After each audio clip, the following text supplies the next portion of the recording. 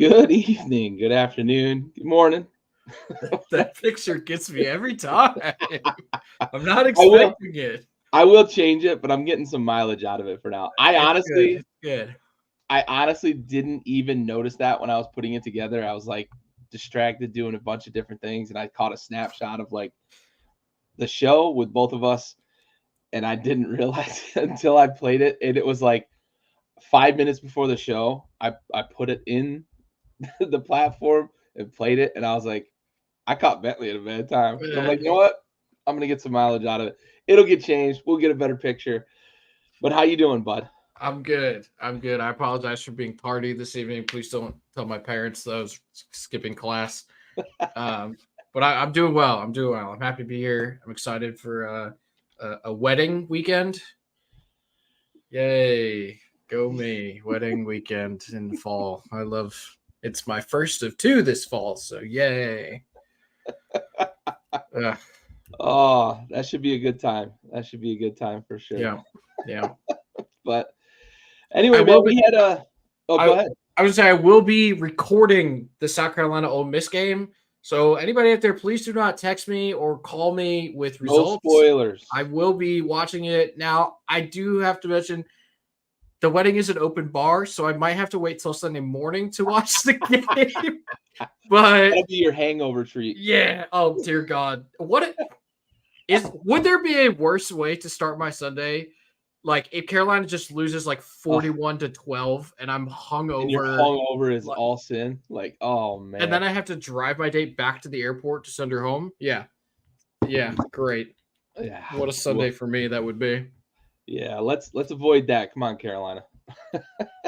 We'll get to that. We'll get to that. Yeah, and we're licking our wounds a little bit after this past weekend. It was a little bit of a tough board. We still finished above 500 though. Okay. Well, you finished above 500. I finished Nice. exactly 500. Hey.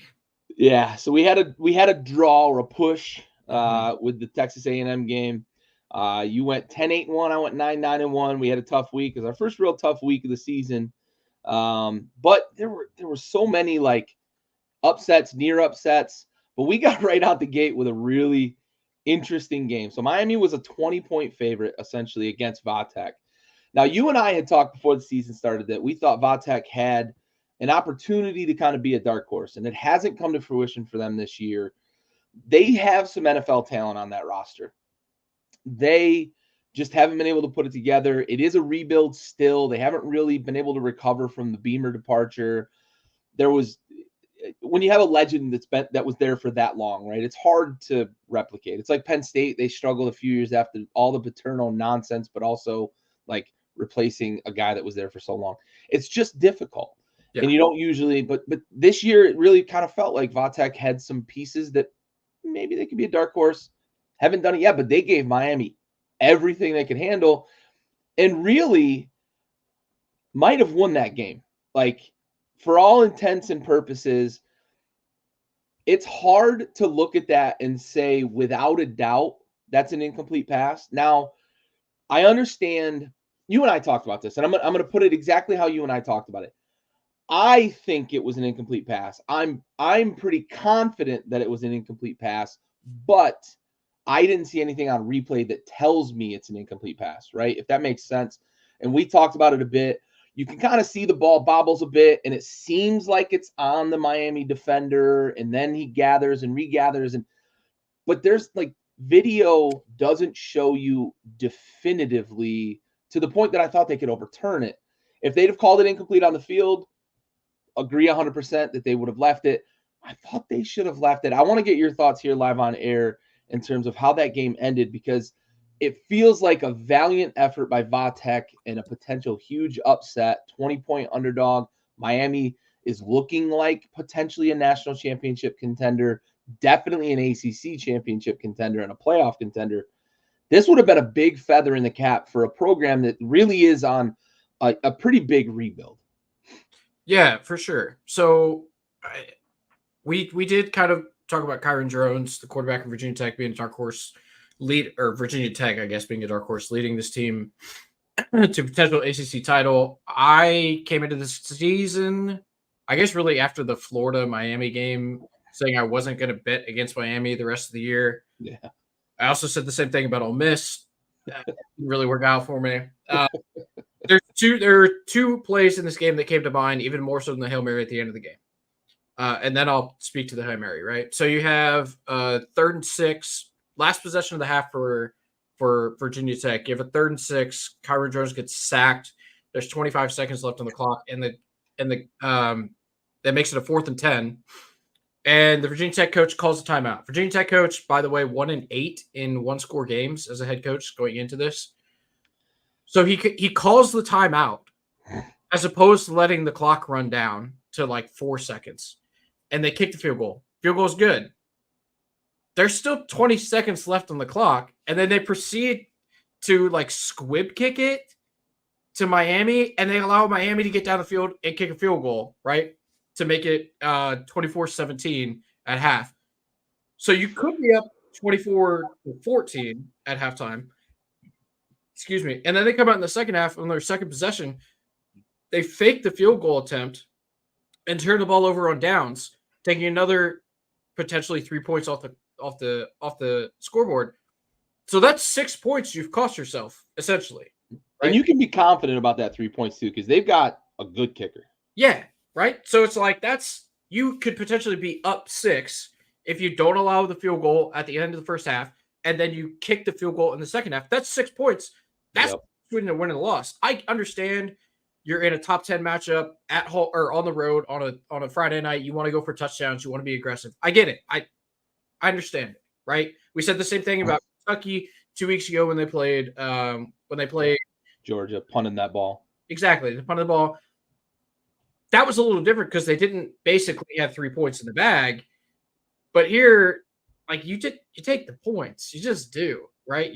It's a top 10 team. You're on the road. You got to make the weather's bad. You got to make things happen. You know that Cam Ward is electric. We saw it late in the game when we escaped the sack and had the little shuffle pass out to the I believe it's the tight end who caught that ball. It's like you gotta take the points where you can get them when you're fighting a top 10 battle like that.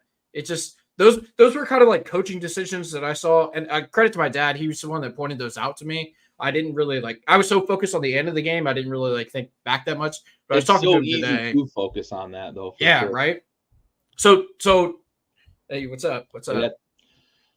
To that point though, at the end of the game, I think the general consensus around video replay is to get the call on the field correct. Yeah. Right. I understand the desire to go with the call on the field that the referees make. But the point of the replay is to get it correct, right? Like that's why we have this in place, is to make sure that the right thing happens. To me, that was very clearly an incomplete pass. Not only was there no clear and concise possession, but if that Virginia Tech player had caught the ball, he was laying with his upper half of the body over the end line. So even if he does catch it, you have to prove to me that he comes down in bounds before his shoulder pads or his lower back guard touches the end line. In no way, shape, or form did I ever think that Virginia Tech caught that ball. But obviously, I think they made the right call. The video evidence kind of confirmed what I thought. I can appreciate the referees making the call in in a split decision or split second decision there. Tie goes to the receiver, whatever. However you want to call it. But I'm glad that they went to the replay and made the correct decision based off of the video evidence that we had there. Yeah, I think that's a good point, right? And I think we get wrapped around the language surrounding replay, right? The clear and concise and all that, and the as you put it, the tendency to kind of lean toward staying with the call on the field. I agree with you 100%, though. I do think they got it right? And it was just in that moment you're thinking God, is this enough evidence on replay to overturn a call on the field? I'm glad they did, though. I think I'm with you 100% that I think they got it right, and that's the big thing. And yeah, they do sometimes, right? And yeah. I've always been a big proponent of the guys on the field should not be involved in the replay, right? I don't know why they're on the horn talking with the replay official about what they saw in real time, yada, yada. if we're truly going to have an impartial replay that's going to get the calls right, we've got to take that out of it. But I also, I agree with you 100%. That's the big thing. I think they got it right. I think in my mind, I never thought it really was a catch. I just wasn't sure, right? And maybe that's part of the problem with the language around replay is I wasn't sure they were going to overturn it. Yeah. Because if you look at all those angles, you can't tell whether he's in or out. You can't tell whether is that possession with a foot down and then they strip it out, or like, what is it, simultaneous possession? Because that's what I thought they were going to call first, was simultaneous possession, goes to the offensive player. But then we see on replay the ball comes loose. It was a very complex situation. But I'm with you. Long story short, I do think they got it right. Miami survives, keeps their, obviously I don't think losing Virginia Tech was going to kill their playoff hopes if they went out the rest of the way, but keeps the undefeated season alive and keeps their margin for error remains big enough within the ACC to be able to, absorb if they do take a loss later in the season. Yeah, I do think that Clemson playing well, had Miami lost this game, bolsters their chances of making it into the playoff with like the one loss, right? Yep. I think that helps. For sure. And you mentioned a moment ago, Ole Miss, Kentucky, man. The fighting Lane Kiffins came out and laid an egg, man. I don't know. I watched a decent portion of this game. I had a birthday party on Saturday, so I was kind of in and out, checking on games. I watched most of the UGA Bama game because there was a Bama fan at the party, so we were able to kind of put it on TV and just zone out. But what the fuck, man? Like, how do you lose outright to a team that I don't think Kentucky's, at least I didn't think before Saturday that Kentucky was really in Ole Miss's category. Jesus, man. Are we starting to see some of the holes in this kind of Ole Miss roster? Like, I think we all just assumed like Jackson Dart and Lane Kiffin, they were all just going to figure it out, and this was going to be all offense all the time. But Kentucky said, not so fast. Well, I said it to you, I believe, over the weekend. Kentucky was like one of the more difficult teams to handicap because we don't know what team they're getting. That being said, I've put myself in a spin zone here after this result. I also texted you, I was like, man, this is worst case scenario because like Ole Miss gets a wake up call before they come to Columbia next weekend, and maybe it's all systems go. But then I thought about it some more. It's like maybe South Carolina has reached a point where we're a look ahead game. Like Ole Miss was just overlooking Kentucky, and Lane Kiffin with this come to the sip hashtag and all these transfers and recruits and he's like, whoa, hey, that boy's up in Cola, man. Like they got something cooking, like with Kentucky, whatever. I mean, beating Kentucky is not for everybody. Not everyone can go and hang 31 in the Wildcats. Like certain schools in the SEC can, but not everyone, I do think you guys tried to lay the foundation for Georgia and Ole Miss, and neither of them took fucking notes. Hey, I watch South Carolina, people. We know how to do things. Now, come back next week, and if my tone has changed, maybe I might still be hungover. No, I do think this Ole Miss team does have holes, right? Lane Kiffin historically has not been the greatest coach in big games. Now, I don't know that I would label this a big game, but I do think that you could view it as like kind of a stumbling block is too generic. It was like a trap game, right? Like Kentucky, everybody kind of assumes they shot their wad with the Georgia game. They held it really close, but then back-to-back losses in conference. It's like, man, maybe they just kind of lay down on the season and that's kind of all they got. And then they went in and they drug Lane Kiffin and that high-powered Ole Miss offense into a rock fight. And when you fight a Lane Kiffin team in a phone booth, we've seen it time after time again at Tennessee, at Southern Cal. Like when you are able to drag that Lane Kiffin offense down and fight in a phone booth in a rock fight, a battle in the trenches, which is where Ole Miss was supposed to be really, really good this season, especially on the defensive line. We've seen it time and time again where Lane Kiffin teams just come up short, and if it's a run and shoot, if they're out there with I don't know who's with Southern Cal, right? A high flying offense that's just running up and down the field. They can score with anybody. They have no problem doing that. But if you drag them down in the mud, they have issues, and it reared its head this weekend in Ole Miss and Oxford, and that seems to be how you want to play this Ole Miss team is press the guys outside and force them to run the ball, and that's really where they struggle. I think Quinshon Judkins not being there for Ole Miss this year, that they really missed him this weekend. Yeah, and I got thinking about this after this game, really, because we hadn't really seen this. Ole Miss hadn't really played anybody yet, so that was one big thing. Is like they hadn't played anybody yet. Kentucky kind of caught them, maybe feeling themselves a bit. Maybe that's part of it. But I mentioned to you, and I don't know if you remember this, that like I picked Ole Miss in our online dynasty, right? Mm-hmm. And they don't have any fucking athletes on that team, like on that offense, especially. Like their skill position players are like good, not great across the board. And Quinshon Judkins, I think they miss him a ton. Yeah, because he's a home run hitter. He's that threat that can really, when you get in that rock fight, you turn around, put it in his belly, and that guy's going to get you 3 yards in a cloud of dust, right?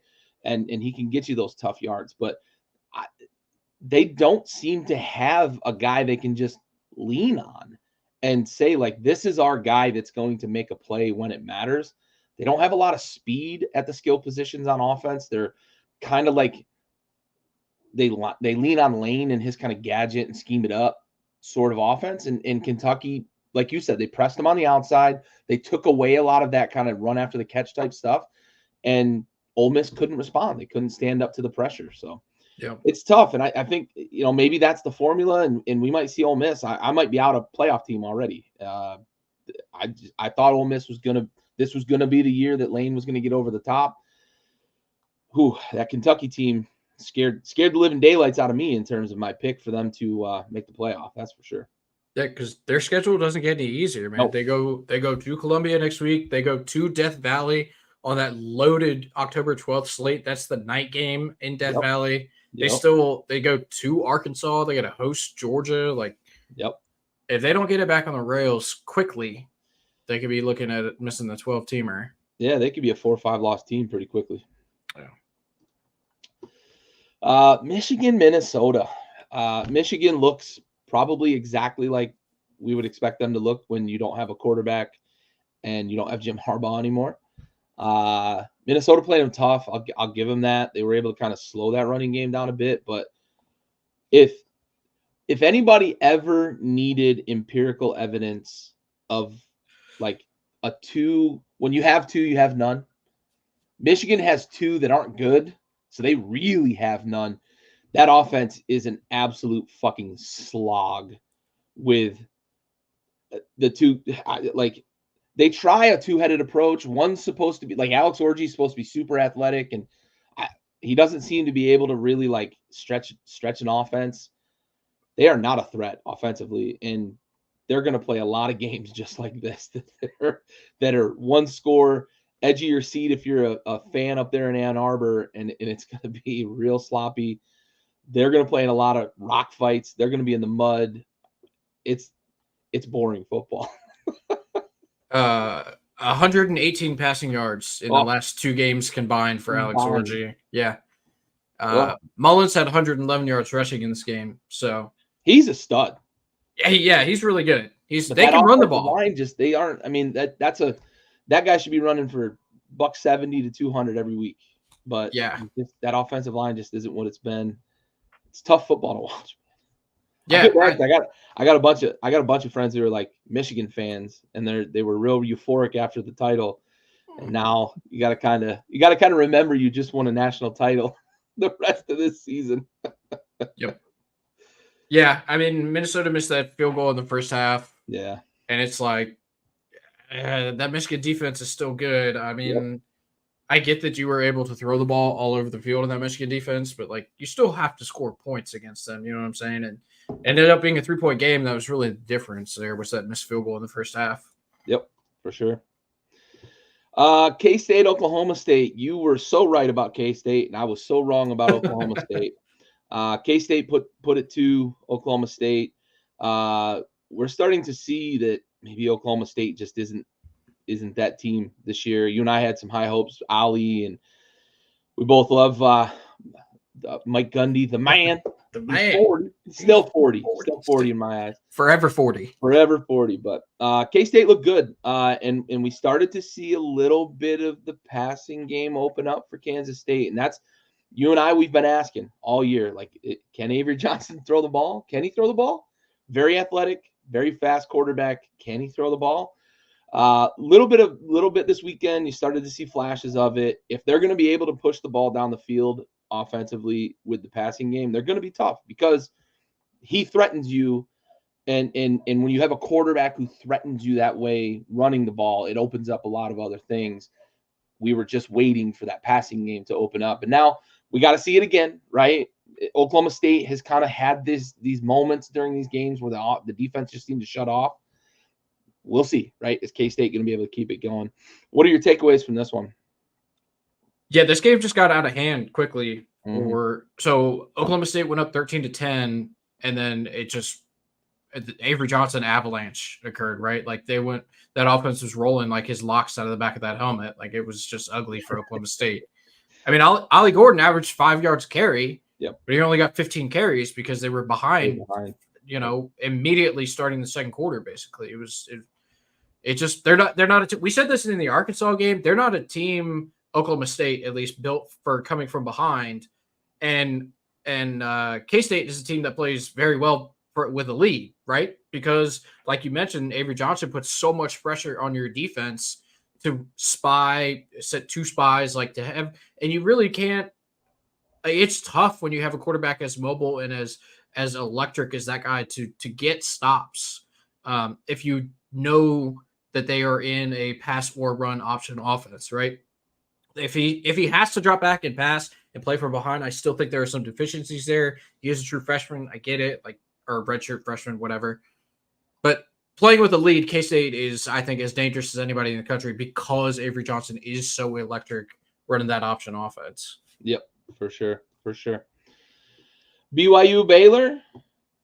You had some faith in Baylor. We talked a little bit about this last week on kind of why I chose BYU. BYU played bully ball the week before. Baylor had that heartbreak loss to Colorado the week before. Felt like Baylor was a little bit hungover in this game, and BYU seems to kind of be finding their mentality, finding their approach. That they're going to be a dangerous team in the Big 12. Utah dropped a game this weekend that we wouldn't have expected them to lose against Arizona. Big 12 kind of feels open. Yep. Maybe K-State's the class of the Big 12 if they can continue to play with leads, like you mentioned. But Big 12 feels pretty wide open. And I think it's starting to kind of play out the way that you so astutely observed this offseason, that like up and down that conference, it may not be the best at the top or the most talented at the top, but top to bottom, it's pretty competitive. Yeah, I will say Baylor almost came back and covered on this game. They were driving for a lead late and threw a pick, but I believe the line, what was the line? 6? Three and a half. I think it was just 3.5. Oh, Yeah. okay. Yeah. And they lost by 4, so like I missed it by the hook. Know? Yeah. So I was almost right. I was very close to being right. BYU kind of fucking hook, man. It's always the hook, dude. It's always the hook. But BYU, I mean, you're good on you for calling the BYU. They kind of took their foot off in the second half a little bit, I thought, and allowed Baylor to get back into that game. It probably should have been a bigger loss for Baylor than it was, at least on the scoreboard, right? But I don't think Baylor's bad. They gave up a freak, or they scored on a freak. Excuse me. They scored on a freak Hail Mary against Colorado, and then had the ball punched out going into the end zone in overtime. So it's like kind of a ticky-tack loss. It could go one way or the other. And then they fought to the end. They play hard for Dave Aranda down there in Waco, and they don't really have the horses, I don't think, to be like a great team. But I mean, you mentioned it there, right? Top to bottom, I think the Big 12 is the most competitive league in the country right now.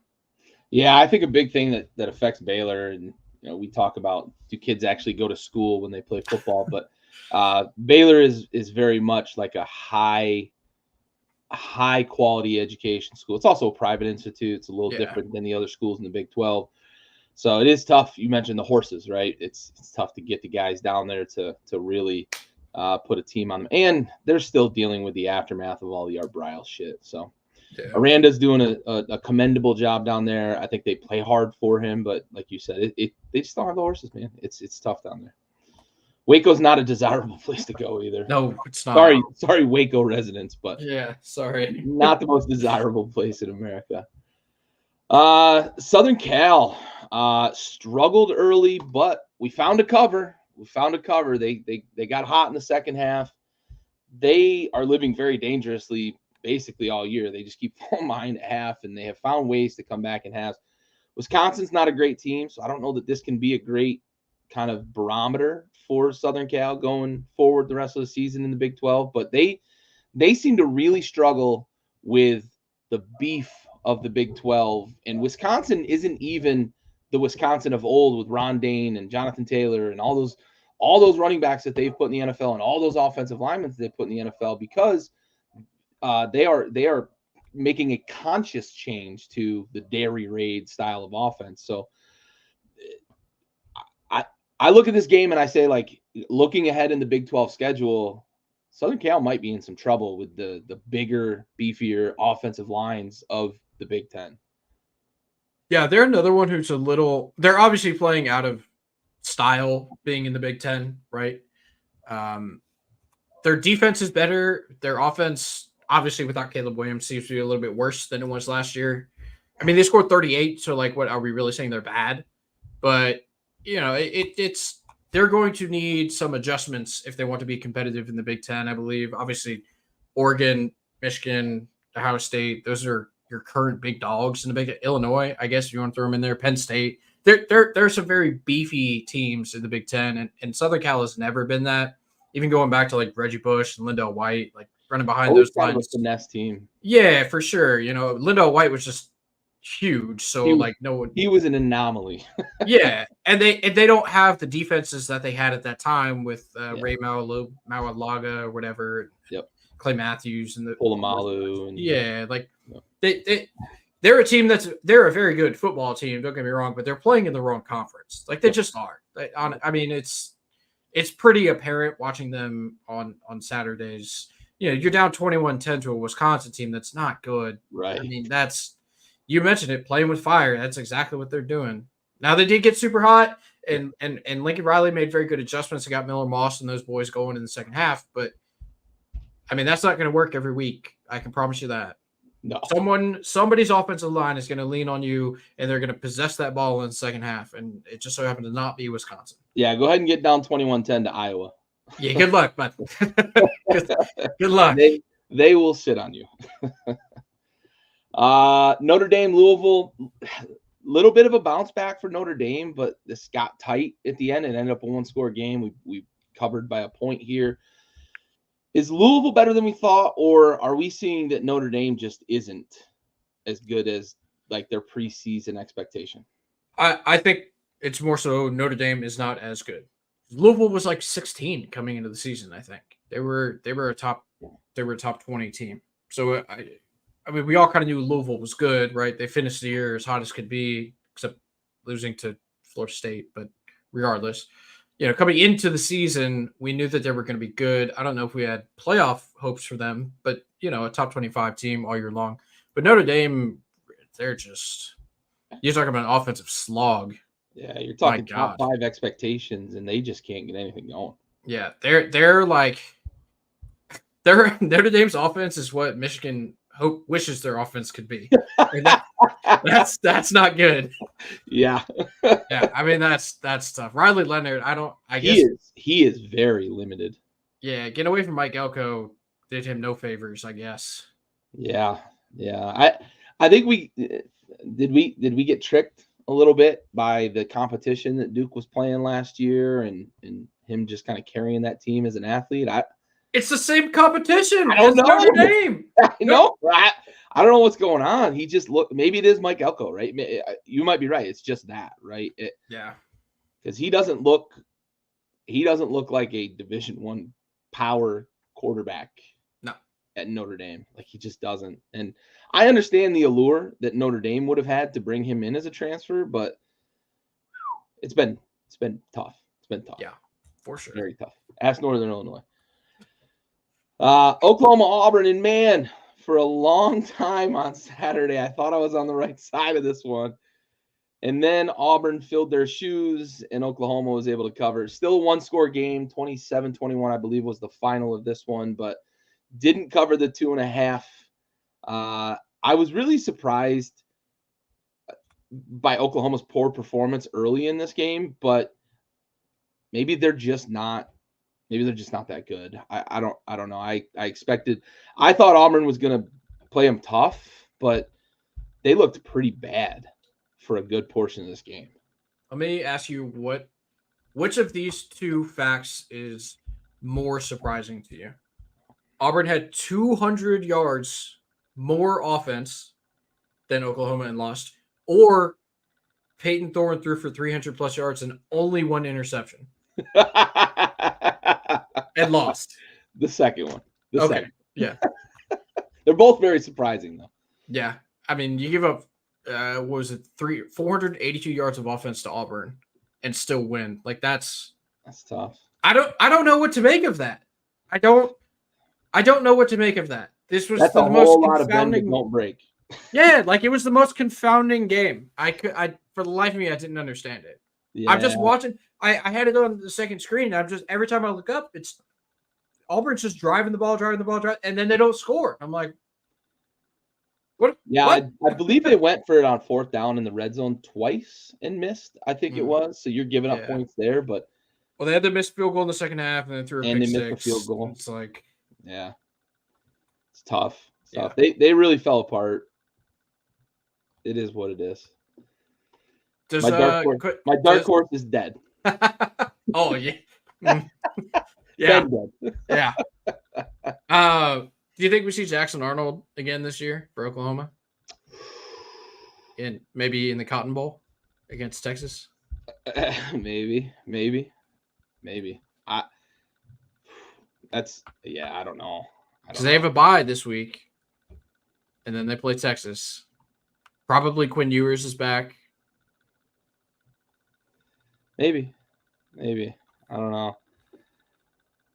I mean, it's. I don't have an answer. I would say probably because he is Jackson Arnold is the reason that Dylan Gabriel is at Oregon. Yeah. Like that. They've kind of put their eggs in that basket. Yeah, I mean, it would. I would be shocked if they don't play him again, unless he comes to them and says, "Hey, I want a red shirt and I'm going to transfer." But like, if you're the reason Dylan Gabriel is gone, why would you do that? Yeah, they hitched their wagon, you know, boomer territory there. Yeah, seems they did. That's an odd situation. That'll be interesting to see how that plays out because he still can register. He hasn't played too many games to redshirt, so yeah. I don't know. It'll be interesting to see if he gets Wally pipped or not. Yeah, right. Yeah. Maybe he gets Jackson Arnold. Texas A&M wins 21-17, or I think that was the final score. Wins by 4 though. Push on the line. That defense looks like the real deal. I think we've talked about it every week. Maybe that they have played that defense looks like the real deal. Arkansas's offense was kind of flying high, and everybody was talking Bobby Petrino and what he's been able to do going down there and helping old Sammy boy get the offense turned back around. But Texas A&M's defense looks awesome, and I was pleasantly surprised to see too. Is it Marcel Ball? Had a decent day. Connor Wegman might be back this week, but they might. Oh, Marcel Reed, the quarterback? Reed. Yeah. Jesus Christ. Reed, not Ball, whatever. Fucking Reed. 3 total touchdowns. He only completed 50% of his passes, but 3 total touchdowns, and they win 21-17. Maybe they can rest Wegman another week before they get him back, and I don't know. We'll see. They got a pretty tough matchup this week with Mizzou, but God, their defense looked really good against Arkansas. Yeah, this was another game. So Arkansas had 100 yards more offense than did A&M. A&M just had the timely turnovers that Arkansas Yeah, that Arkansas didn't force That fourth like. quarter fumble was a fucking Oh yeah, backbreaker. yeah, that was tough. Backbreaker. Yeah, For I mean, sure. anytime we say it all the time, right? You lose the turnover battle, you lose the game. Arkansas, I think, was probably lucky to only lose by 4. They Yeah. lost. They turned the ball over 3 times, and A&M didn't turn it over at all. Like that's a recipe for disaster most weeks. But kind of credit to Bobby Petrino and that offense for staying in the fight and keeping it close. You know, Yep. For sure. against the defense, like you said, that looks pretty good for A&M, despite giving up almost 400 yards of offense. Yeah. That Arkansas offense is fucking good. Bobby Petrino, man, if he just fucking keep his willy in his fucking trousers, he'd probably be on a pretty nice run at Louisville right now. But Yeah, for real. If Harley Davidson hadn't come to calling. oh my god. Texas, Mississippi State, and I think we saw kind of the first glimpses of Arch's maybe inexperience as a college starter. Now they still scored, they won comfortably. They didn't cover the 38 or 39, whatever the big number was. But Mississippi State's bad, right? We talked about this last week that like probably the worst team in the SEC, and it's probably by a pretty big margin that Mississippi State's the worst team in the SEC right now.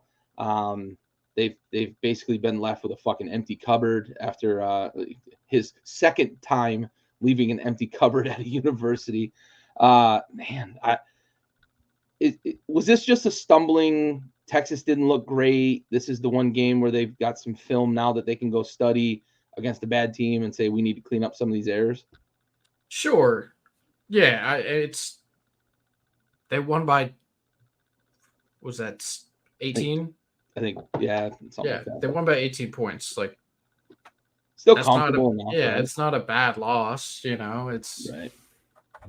it's hey, let's take a couple days off practice because we have a bye week. Come back and hit it hard type deal. Like good win, but we can get better. Very easily could have been looking ahead to Oklahoma too. Yeah, I mean, yeah, if you want to look rivalry past game. the bye, like that's whatever. It despite Mississippi State being the worst team in the SEC, they are still an SEC team. There are guys on that roster that will probably play in the NFL. They're not a roll over and die team, But yeah, I'll take an 18-point win anytime I can get it as an SEC, like in a conference game. Yeah, but not as a DGen who laid the points. Yes. Ohio State, Michigan State. Ohio State didn't blow this number out of the water, but they did cover. Michigan State looks pesky. Not a good football team, I don't think yet, but they look pesky. Like they're not going to just go away, lay down. They played Ohio State tough at times throughout this game, but this ended up just being Ohio State's preseason number 1 for a reason. They got all those weapons on offense. They got a great defense. How much more confidence? So we talked about Ohio State and kind of what the expectation was going forward. It seems now that Chip Kelly's starting to open up the offense a little bit. They played very vanilla the first few weeks. How much more confidence, if you're an Ohio State fan, right? Put yourself in the shoes of an Ohio State fan. How much more confidence do you have going into week 6 than you did going into week 1? About the same. I don't. They're about as effective, you think, so far? Yeah, I mean, I have the same amount of confidence. I might have a little less hope. I mean, we have you mentioned it. Chip Kelly just started to open the offense up. Now, whether it's him actually opening up the playbook or whether it's them being more comfortable with the plays he's calling, I don't know. Yeah. But like,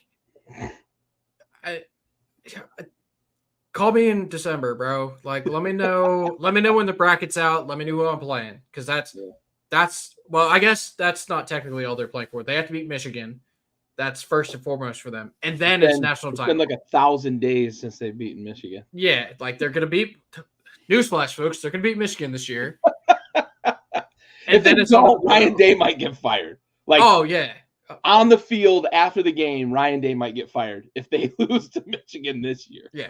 He'll be like 60-9, and they're going to be like, hey, 4 years in a row to Michigan? See you, bud. You got to go. See you, bud. Chip, you ready to take over? Yeah, for real. Which wouldn't be about higher. I don't disagree.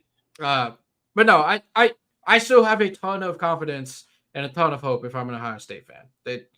I said at the beginning of the year, I still believe it. They have the best roster top to bottom. And that's after watching the Georgia and Alabama game this weekend. I still think that they have the most amount of talent ready to go right now in college football. Yeah. All right. Stanford, Clemson, ho-hum knocks down the historical ACC superpower in Stanford. The Clemson offense is humming along right now. Is it sustainable? I mean, Cade Klubnik just completed less than 50% of his passes in this game. So he's running the ball a lot more efficiently, but sure, he is. 7 for 48. That's cool. Are you asking me to say something nice about Clemson? Is that what No, I want you to shit on him. If you want to shit on him, shit on him. Look, hey man, is Dabo still the head coach there? Right. All right. Enough said. You know what I'm saying? Like it's not sustainable because Dabo's still there. And they're playing nobodies. They're not playing anybody good. We saw them play a good team in week 1, and we saw what happened. It was Clemson is not good. I'm telling you, people. Clemson's Cade Klubnik. He's not a good quarterback. He's not an accurate passer. He is a very good runner. I'll give you that. He's a dual threat guy, but he's not Avery Johnson. How is he the number 1 guy in his high school class? Because it's high school. Yeah, like, what do you? I mean, that's fair. Nick Harbor DJ was number 1. Yeah, exactly. Like Nick Harbor was the number 1 athlete coming out of high school 2 years ago, and he doesn't play. Yeah. Like I understand the rank. There are folks that get paid a lot more money than me to do rankings, and they get it wrong sometimes. It just happens. Plus, we call it the Dabo offense for a reason. He's changed coordinators, and it looks exactly the same in Clemson as it has since fucking Taj Boyd was there playing quarterback. Like, it hasn't changed. He just happened to have Deshaun Watson and Trevor Lawrence roll through town, and they were generational college quarterbacks who are now both struggling a lot in the NFL. Terrible.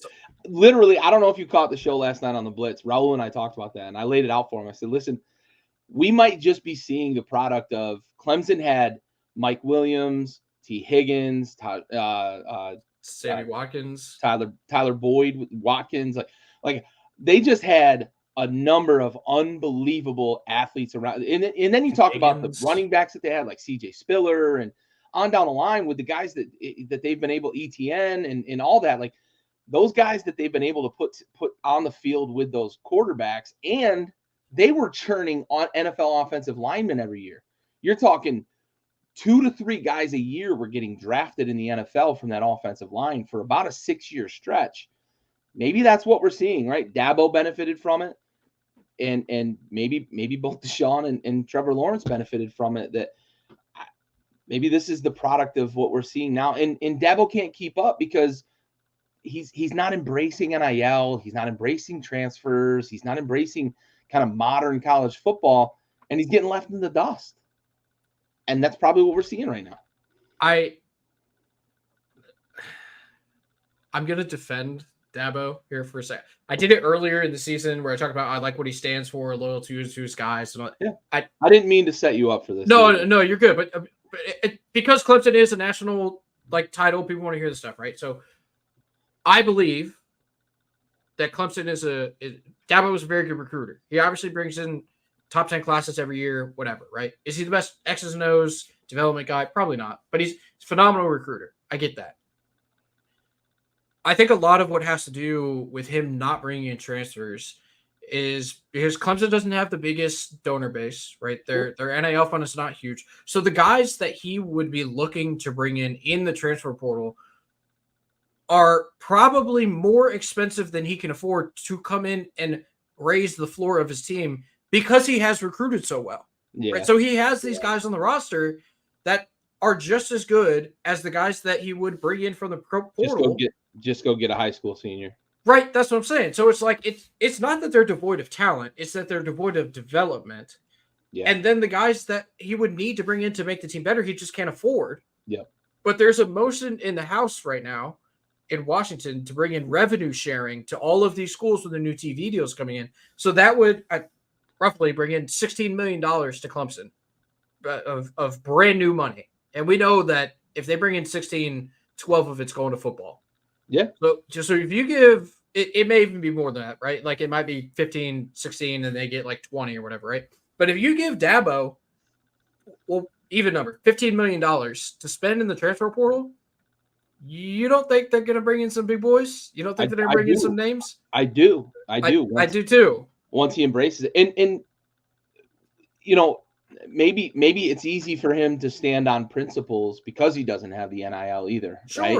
He doesn't have that war chest that other schools have. That might be a big part of it for sure. But yeah, we'll see. And you bring up the NIL thing, and it's always fun to kind of speculate, right? Where do colleges get their money from, right? Michigan's got all the lawyers. They've got all the Supreme Court justices, yada, yada, yada, where they've got the connections in that world. And like Texas has all the oil money, and California has all the Hollywood money and all the other stuff that comes along, the TV money and all that, the celebrities, yada, yada. What does Clemson have, right? You're in kind of central South Carolina. What's Clemson's claim to fame? Chase Bank? I don't know. Like whoever the finance folks that work in Atlanta are. Right. Chick-fil-A money? I don't know. Chick-fil-A, maybe. That's going to UGA, though. Let's be honest here. Yeah. So, actually, we could talk about this because a lot of people don't quite understand what the portal is. We'll take a quick detour, quick aside. So, what happens is you can transfer within college football. You've always been able to transfer within college football. What it used to be was you kind of had open, free transfer. There was never supposed to be money involved. But you also had to sit out a year. You took a redshirt year, your transfer redshirt year. If you were a redshirt already, you would just lose a year of eligibility, so that you could basically, back in the day, you could get 5 years of eligibility maximum with very few exceptions. Now it's like the Wild West. We've got 25-year-old guys playing in college football because COVID years and all that craziness. So what they did during COVID was opened up the transfer portal to basically be fair game. You didn't lose eligibility. You could just transfer it to a school. You could transfer it an unlimited number of times, essentially. Now they're trying to rein it back, but that's for another day. But then the NIL comes along, and you add money to the equation. So schools are now allowed to pay players under what's called name, image, likeness agreements. And they schools can. You're right. Collectives that's out of pocket. There's a collective associated with a school that's allowed to pay players under what's called name, image, likeness. The schools are paying them, but it's the collective, right? I did misspeak. There is an actual like semantics, and there's a process, and there's like legality around it. The collectives can dole out money to players to come in, and in the transfer portal, you can basically go to players and say, you're going to come in, you're going to play this, you're going to get this amount of playing time, we're going to play this style, whatever you fit, but also we're going to give you $1 million to come to our school to play. So that's how the transfer portal works. Did I miss any nuance on that you want to highlight? Not really. I mean, there's 2 transfer portal windows. There's one in December, and then there's one after spring practice in March, I think it is. So you technically, and this is what Bear Alexander did out of SC. He committed to Georgia in the like spring or whatever freshman year, then decommitted in the summer, then recommitted and enrolled, played, and then entered the transfer portal that December. So like he played that fall ball for Georgia and then decommitted or unenrolled or whatever and entered the transfer portal in December. So like without having to sit out the year like you previously did, you can hypothetically play in a bowl game in December and then in February start practicing with your brand new team wherever else you want to play, right? Like, so it is really the Wild West. I don't love it. I understand the player empowerment, whatever. This will all get hashed out at some point whenever these schools are legally allowed to pay these players, because then we're really going to have professional sports, the It'll college be ranks here. contractual, and it'll be They're the going to have minor a leagues of the yeah. NFL. There will be a commissioner. There will be a collective bargaining agreement. There will be a players' union. You will sign a contract with a school. You will get paid via the school, Yep. and it will feel a lot more like the NFL than it currently does. But at least, in my opinion, I think there will be far more player movement if you say, "Hey, your NIL money becomes void if you break your contract." Right. Yep. So I, as much as I don't like it currently, I think that there is a chance for it to get to a much better place than it is right now. Yep. Because it is tough to, especially in basketball. It's way more difficult in basketball, I think, to keep track of all these players that are moving as often as they are. Add that with the one and done deal. There's 300 Division I teams in basketball. Yeah, it's tough, but it's tough with 100. What are we up to now? 122, I think, in Division I football. 134, I think. Is it 34? I know we've been FCS teams coming up. I'm showing my age. We used to have 115. Yeah. Oh, I remember. But yeah, and I'm with you. I think we're eventually going to get to a place. I also think the NCAA is going away in college football. I think there's going to be a different governing body for college football. It's going to be separate from other sports because of the money, because of the TV dollars that come in with football. I think they're just going to break off and just be they're going to be affiliated with schools, but it's going to be like minor league football. I'm with you though. I do think we're going to get structure eventually. The NCAA was just stubborn for so long. And then when the levy finally broke and they gave in and they said, okay, we can start paying players, they basically just like washed their hands of it and was like, it's NIL and you just do whatever you want. Yeah. Yep. And then we get Sluka leaving UNLV after starting 3-0. Dude. Crazy. Dude. And I think they lost a linebacker and a running back as well. Right. Yeah. In the midst of potentially an undefeated Mountain West season. Like, yeah. Woo. That's tough. Yep. All right. Hopefully we illuminated a little bit when it comes to the transfer portal. Iowa State, Houston's just not that good. They're probably the basement of the Big 12 and by a pretty good margin. Then we get to the game of the weekend, potentially game of the year in week 5. Holy fuck. I thought this was going to be a dud at halftime. Yeah, LSU really turned it on in the second half and crushed South Alabama. I'm glad. What did I do? Did I skip a game? I'm kidding. I'm kidding. Did I skip a fucking game? I thought you were just hyped up about LSU South Alabama. I don't know. But Alabama just goes out like gangbusters and just boat races Georgia for 30 minutes. And right at the end of the half, Bama was a little bit disjointed, and it felt like you don't want that to carry over to the second half, and it did. And Georgia took advantage and raced back and took the fucking lead at one point after being down by like 100. Yep. And then Bama comes right back, hits maybe the most electric player in football right now, Ryan Williams, 17 years old. They said that 300 times during the broadcast. He's doing this in high school right now, but he reclassed, and it's awesome, right? It's great. But dude, he looks like a 17-year-old. Yeah. With the exception of the fact that he is unreal fast. Yeah. And very jittery. And if you didn't know, now you know that play that he scored to get the lead back for Bama was just, he made 2 defenders look silly like 3 times in the same play. Catches the ball, stops on a dime, one guy runs by him, then he's up the field and kind of spins out of a tackle, looks and assesses, and then he disappears down the sideline and he scores. And then he changes his profile pic to Michael Vick because the dog connection, Georgia Bulldogs. But what a game, dude. What a game. Yeah. Talk to me about this fucking game. Do you want me to be excited about it, or do you want me to give the Debbie Downer approach to it? Be excited first. We'll bring everybody back down to earth at the end. Okay. That was fucking electric. So I was watching the game at my house at an old Army buddy over this weekend who's in town. We were watching the game. Alabama goes up 28-0.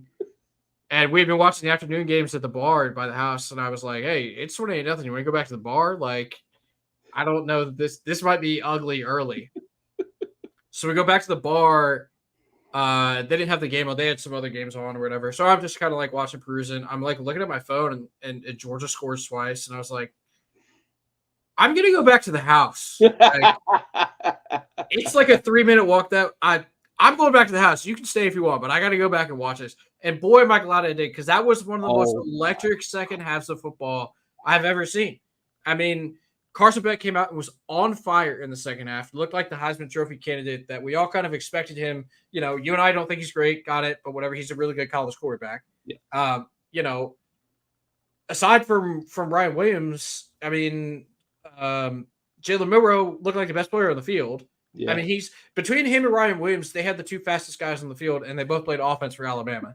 Like, when they move, the rest of the guys look like they're in quicksand. Yep. Like, and then Ryan Williams makes that tip drill catch, and then so that was not for the touchdown later. So he makes that tip drill catch. That's insane in and of itself. Right. And then the one play 75-yard catches the ball. The two defenders run into each other, like you mentioned, goes down and then hits like a post move, like hezzy, like fake spin. And yeah, it's like he did that so fast. I don't think the defender knew what he was looking at. I was like, that man is going to be 18 before you turn around and catch him. It's crazy. Like, unbelievable. He also will get drafted when he's 20, so that's pretty freaking sweet, because he turned 18 this year. Yeah. Or he turned 17 this year, not 18. Sorry. Right. Yeah. He reclassed. Like he literally finished high school early so that he could go and play college football early, because he was that much of a man amongst boys in high school. My question here after this game, right, to you. So you asked me 2 weeks ago, does Alabama have a USF problem? And later we found out that no, it was just that really shitty officiating crew. So my question to you after this game, does Kirby Smart, after going 1-6 now against Alabama, have a Tuscaloosa problem? Yes, he fucking does. Yes, he does. And you could always just say it was Uncle Nick, right? Because the governor always beat his assistants, right? And Kirby, I believe Kirby was the first to beat him, and then Lane beat him after that, or maybe vice versa, whatever it was. Sarkisian. Or Sarkisian, you're right. So it was Kirby. Kirby beat him in the national title game when Jameson Williams tore his ACL. Right. And then last year, Sarkisian beat him last year, right? Yeah. So it was always just kind of like the governor was going to put his thumb on the assistants and beat him, kind of like Belichick used to do to all his fucking assistants as well. Yep. But it might just be a tide problem, honestly. And I get it, right? Like, Nick didn't leave the cupboard bare. No. And Kalen DeBoer, we've talked a lot about like who he is as a coach and how successful he's been everywhere he's gone. He's like the greatest coach in the history of NAIA. And oh, by the way, he took Washington to the national championship game last year. And he's got Bama rolling. Jalen Milroe's a different quarterback this year. Yeah. And I know like late last year, he started to look better. He looks like a quarterback this year. This Jalen Milroe beats Michigan in the playoff game last year by like 40. Well, no, probably not. That Michigan defense was really good. I agree, though. This Jalen Milroe wins a national championship last year. Yeah. Might win it this year. I don't. Who's going to beat him? Ohio State. Maybe Ohio State. Maybe. Jalen Milroe looks like a quarterback, though. Like he can win from the pocket, but he's also, like you said, like maybe the best athlete on the field, with maybe the exception of Ryan Williams. But Jalen Milroe's a big dude. Yeah. He can hurt you in multiple ways with the ball in his hands. Ryan Williams is going to make you look silly like he did, but holy shit, this Bama team looks really good. You asked me during the game, or maybe right after the game or whatever, we were talking about it, like, was Nick Saban holding Jalen Milroe back? Was Nick Saban holding this offense back? Like, holy shit, they look good, man. They look really, really good. I don't know who beats them. I look at it and I think the second half I think was a little bit of an anomaly. I think Bama kind of took their foot off the gas a little bit and Georgia just got weirdly hot. We've seen that in these Bama Georgia games though. We've seen where they just get these moments where like the defense just seems like they can't make a stop. I think it was the SEC title game when Tua came in and they just neither team could make a stop and all that. Like we've seen this from these teams. So it was an absolutely electric game. And my caption tonight is for this game, instant classic. That's a game that's going to be talked about for a long time. It's probably the game of the year. If we get a game better than that this year, I look forward to it because that was fucking awesome. Yeah, 100%. I found the Lost in Alabama schedule if you're looking for it. It's they in go to Columbia? It's in 2 weeks when South Carolina comes into Tuscaloosa. Love it. Love it. Georgia's good. But... the real deal, though. Hmm? That defensive line is the real deal. Yeah, we'll get to that. We'll get to that. So are you gonna bring us back down to earth now? Yeah. That game didn't mean shit. Right. That game was super fun. It was awesome in the moment. Everybody loved it. It was fantastic. They're both gonna be in the playoff. Didn't mean a goddamn thing. This is what you greedy motherfuckers wanted. NCAA and you stupid college football fans that don't appreciate the week-to-week madness that is college football. Because that instant classic game that we just talked about doesn't mean a fucking thing because Georgia is still going to make the playoff even though they lost to Alabama. Yep. Didn't mean a thing. It's not an eliminator game. Which is an absolute shame. Yep. That losses are supposed to feel bad. Yeah. There are players there. I have spoken to Georgia fans that say they feel better about Georgia after that game than they did going in. You just lost to your rival. How do you feel better? They're like, yeah, we can totally win a national title now. Did you see that offense in the second half? Yeah, did you see that secondary that gave up a 75-yard touchdown in one play to give up the lead? And then your 17-year-old to a 17-year-old, and then your Heisman hopeful quarterback, there's a game-ending interception on the comeback drive. Like, yeah, that's supposed to hurt. You're not supposed to enjoy that. You don't come out of that game feeling like, oh, we could totally win a title. No, you're supposed to say, man, I hope we still make a New Year's Bowl. Yeah. But nope. Awesome. You're going to host a playoff game at work. At sick, work. Dude. So I have a funny story that's similar to your halftime story, but almost ended very, very badly for me. Uh-oh. So I'm at that birthday party that I mentioned, and it gets to halftime, and the guy sitting next to me is a Bama fan. And I let my wife know I'm going home. I'm gonna bolt from the birthday party. I've been a trooper for 3 hours now, and I'm gonna go. I'm gonna watch college football the rest of the night. We got Pac-12 late at night. Yep. But yeah, Pac-12. But either way, we had late night football. 10 after dark. So I made the biggest mistake, and I know better than to do this, but I say bye to her, and I go over and I dap this guy up, and I say, hey man, enjoy the rest of the game, enjoy that ass whooping. Oh no. Mind you, I have to drive home. It's like a 10-minute drive back to the house. And halftime was just about over when I left. I got to the house and Georgia had scored twice. And I was like, what the fuck did I do? What the fuck did I do? I'm glad I'm not sitting there with this guy after I said that shit. Like, I know better than to do that shit. Oh my God. I'm glad they ended up winning though, so I don't have to feel so bad. But you could never talk to that person again. Never. Like I couldn't even show my face around that guy the rest of my life. Or you could just tell them that game didn't matter because they're still gonna make the playoff. Fair. I could lean on that. Anyway, onward and upward. Illinois plays Penn State. Sort of tough. Penn State doesn't cover. Illinois is a team that's going to continue to play tough. We talked about it. They like to grind games out, bring you down into the mud. LSU covers against South Alabama. Boise State. Dude, you've been talking about them. And funny anecdote around that. Got a group chat I'm in. They kind of get into college football, but they talk about it like gambling wise, yada yada yada. And somebody mentions Boise State minus the points and whatnot. And I said, if you don't know the name, Ashton Jainty is the guy, right? Yep. Keep an eye on him. And the one guy's like, yeah, he looks like he's kind of a stud. And we get to like halftime and it's all anybody wants to talk about. This Jainty guy is nuts. This Jainty guy is nuts. Well, yeah, I fucking told you before the game started. Yep. We've been talking about him for a month. Yep. Welcome to college football, boys. We're glad to have you. So Utah State this week, and we're going to talk about this game, but Jainty is literally minus money to score 3 touchdowns this weekend. It's unfucking believable. Oh Vegas is god. like, yep, this guy's gonna dominate. Yeah, that's what he does. He's if I had a Heisman vote, he would be finishing second for me right now, only behind Yeah. Travis Hunter, Yeah.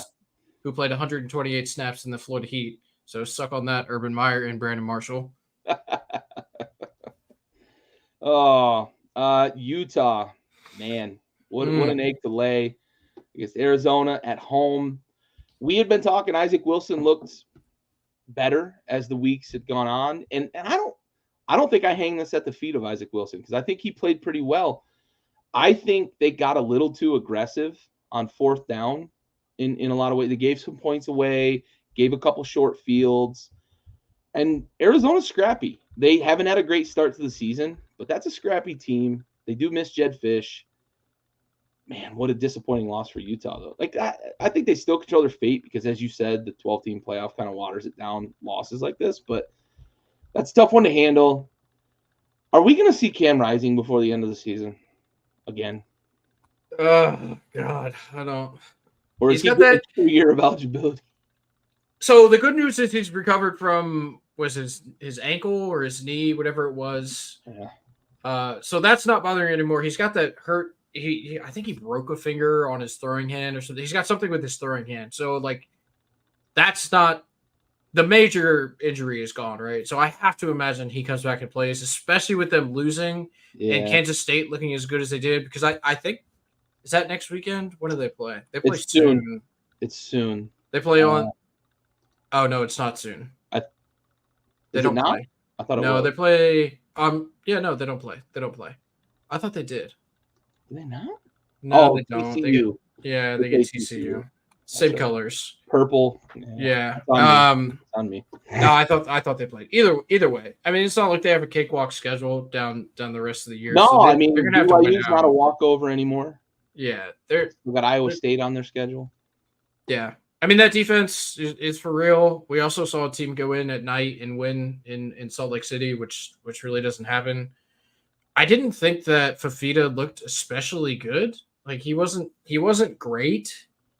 Neither was McMillan. I don't know. It's just like, I mean, you mentioned it. They were super aggressive on fourth down. I think they knew they were going to need the points because like points were hard to come by in this game. Mm-hmm. You know, Arizona winning a game with scoring 23 points was not something I had on the bingo card for the season. I'll be honest with you.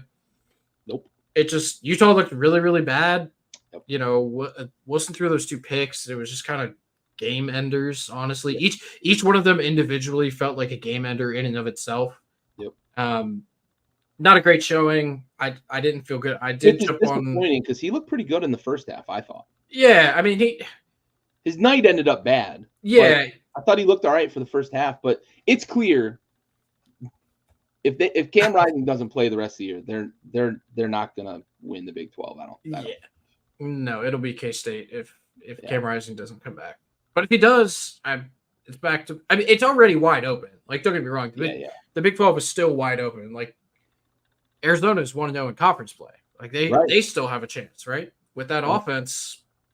You know, the Utah defense is incredible. We say it every single season. With that Arizona offense, they have a chance to still be really, really good going down the stretch. Like, this was just a game where Utah played poorly in the second half, and Isaac Wilson had turnovers that killed them, and they really, really missed Cam Rising, but they're going to be fine as long as he plays. Yep, for sure. And then we finish out with Oregon, UCLA. That Oregon offense isn't clicking yet. It's really not. I know they scored, it was 34, I think they scored against UCLA, but that's a pretty bad UCLA team to win by, I think 3 scored. 21, I believe, was the final difference. Are you worried yet about Oregon? Nope. Okay. Nope. Okay. Call me in 2 weeks. Too much talent? Call me in 2 weeks when they play Ohio State. Okay. I'll let you know. Okay. That's fair. That's fair. I just the more we go throughout the season, it just keeps creeping in my mind. Like, should we be worried about Oregon yet? But you're absolutely right. That Ohio State game is going to be the litmus test for sure. All right. Well, that finishes week 5 of the top 25. Do you have any off the board you want to talk about? I mean, I was very wrong about UCF and Colorado. I thought that UCF was going to win that game pretty handedly. Honestly, Colorado, I guess, they're just going to be good. I mean, that's Travis Hunter is just going to be Superman. Shador Sanders is going to do his best to not die, and then that defense is going to scrap together enough stops to win games. I guess that's just kind of how that's going to work. Has any college quarterback run for their life and taken more punishment than Shador Sanders? Jake Bentley, probably, when he was in South Carolina, did a lot of that. It was pretty ugly. Yeah. Not Drake May. Sam Howell, his last year starting was pretty bad. Yeah. It's not pretty, that offensive line, but you get it in the hands of Hunter or like Jimmy Horn Jr. They got some playmakers that work for him. It's just getting the ball there without Shador dying is really kind of their struggle. I was more so like just let down by KJ Jefferson and the Gus Malzahn offense. Like I thought that they were going to kind of slice through that Colorado defense like butter, and it didn't happen. I mean, that was awful in my opinion. Yeah, that was tough. I was surprised because I didn't have that game on the TV because birthday party. Mm-hmm. We had one screen at the birthday party. Maybe the most disappointing fact of the birthday party. Tough. I don't watch on one screen. No. No, you're a one TV guy. Come on now. Right, exactly. We are not one TV persons here, but I was surprised when I looked up and checked the score, and I think it was like 30 to 14. I think when I looked I believe was the score at one point, and I was just like, oh, maybe Colorado's good. I mean, they're right now. You look at what Colorado, they're 4-1 and they're 2-0 in conference play. Yeah. So you gotta kind of give them their flowers to this point of the season. Their over under coming into the year, I think, was what, 6.5 or 5.5? 5.5. I know because I have a ticket for it. The under. You got the under? Well, it's a sweat. It's a sweat. Yeah, I got one win left. Yeah. Let's look at their schedule real quick and see if we can plan this out. So K-State this week, I think, not this week, next week. Yeah. They're on a bye this week. K-State the following week, probably a loss. They're at home. That'd be a big upset, though. Arizona, that's kind of a coin flip, maybe. Maybe you give Arizona the nod. Arizona just beat Utah. What are you talking about? Yeah, that's fair. That's fair. Cincinnati might be the one you're in trouble because that leaves like Texas Tech and Kansas for them to squeeze one out. So maybe you're looking at both of those are road games, though. They are road games. They're road games. They've got Utah and Oklahoma State mixed in there at the end. You might be sweating for a month on 5 wins. Month and a half on 5 wins.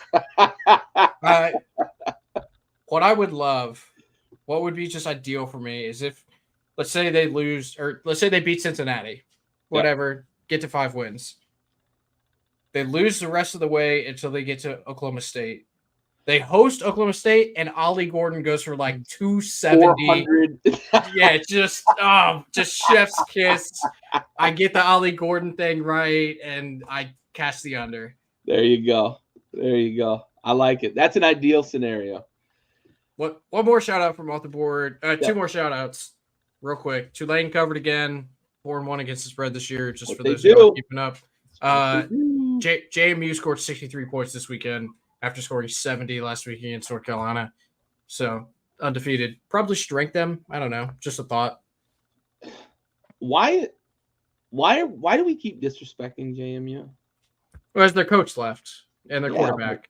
They scored 130 points in 2 weeks. That's a fair point. I've watched full seasons where South Carolina didn't score 130 points. So major conference fucking teams. Yeah. Yeah.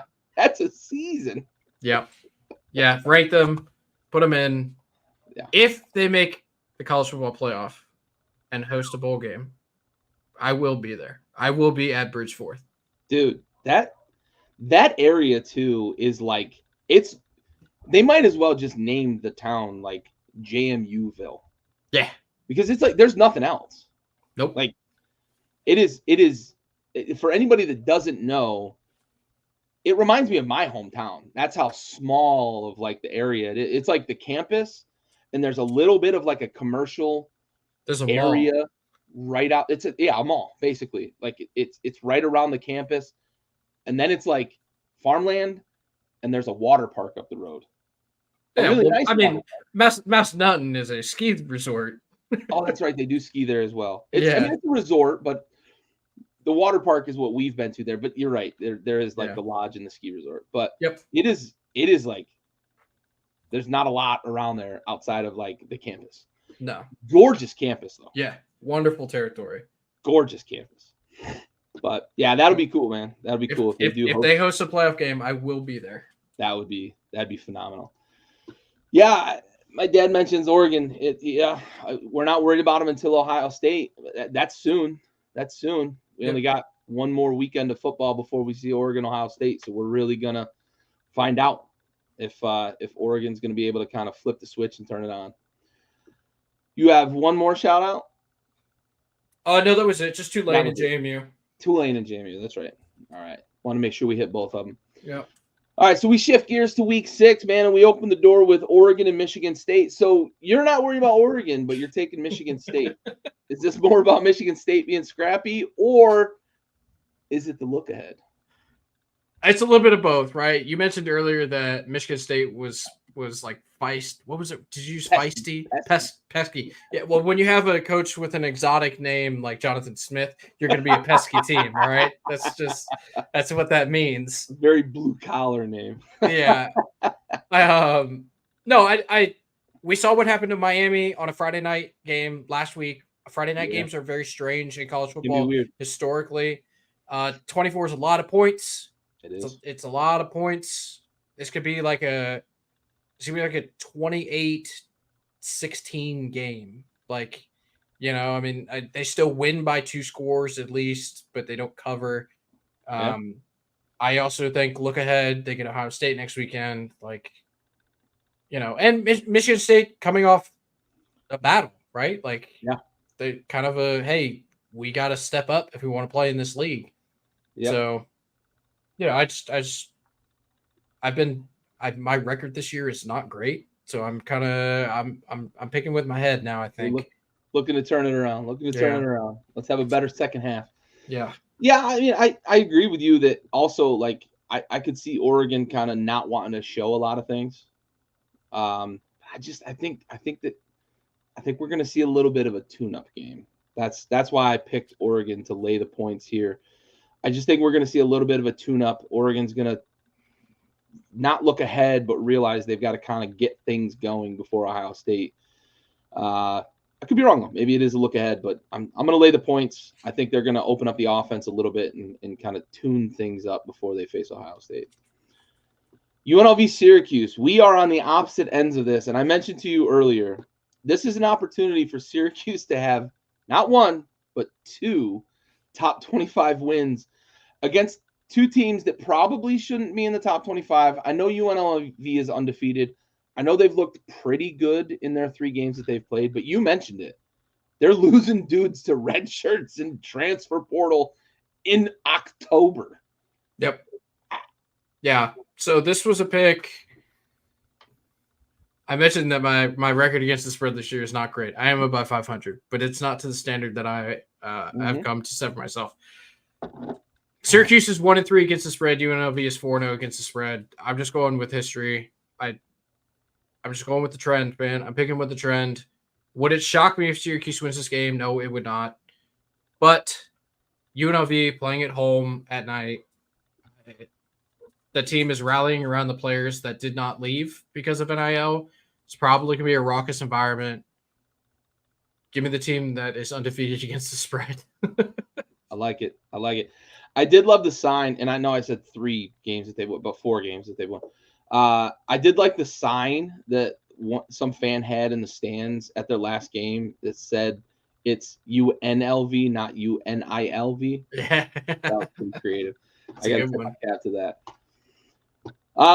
Penn State, UCLA. I just think 28's too many. We just saw Illinois cover, and UCLA played pretty tough this past week. a surprising look for them compared to what I kind of was expecting from them.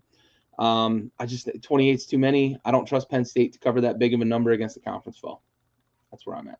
Yeah, a conference foe. Yeah, who's It is 3,500 miles away. It is weird to say. UCLA is bad. Give me Penn State. Okay, all right. Texas A&M, Missouri. We're on the opposite side of this one as well.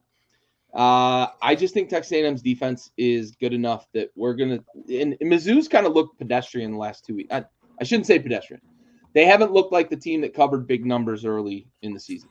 Sure. And I think Texas A&M's defense is just that good. I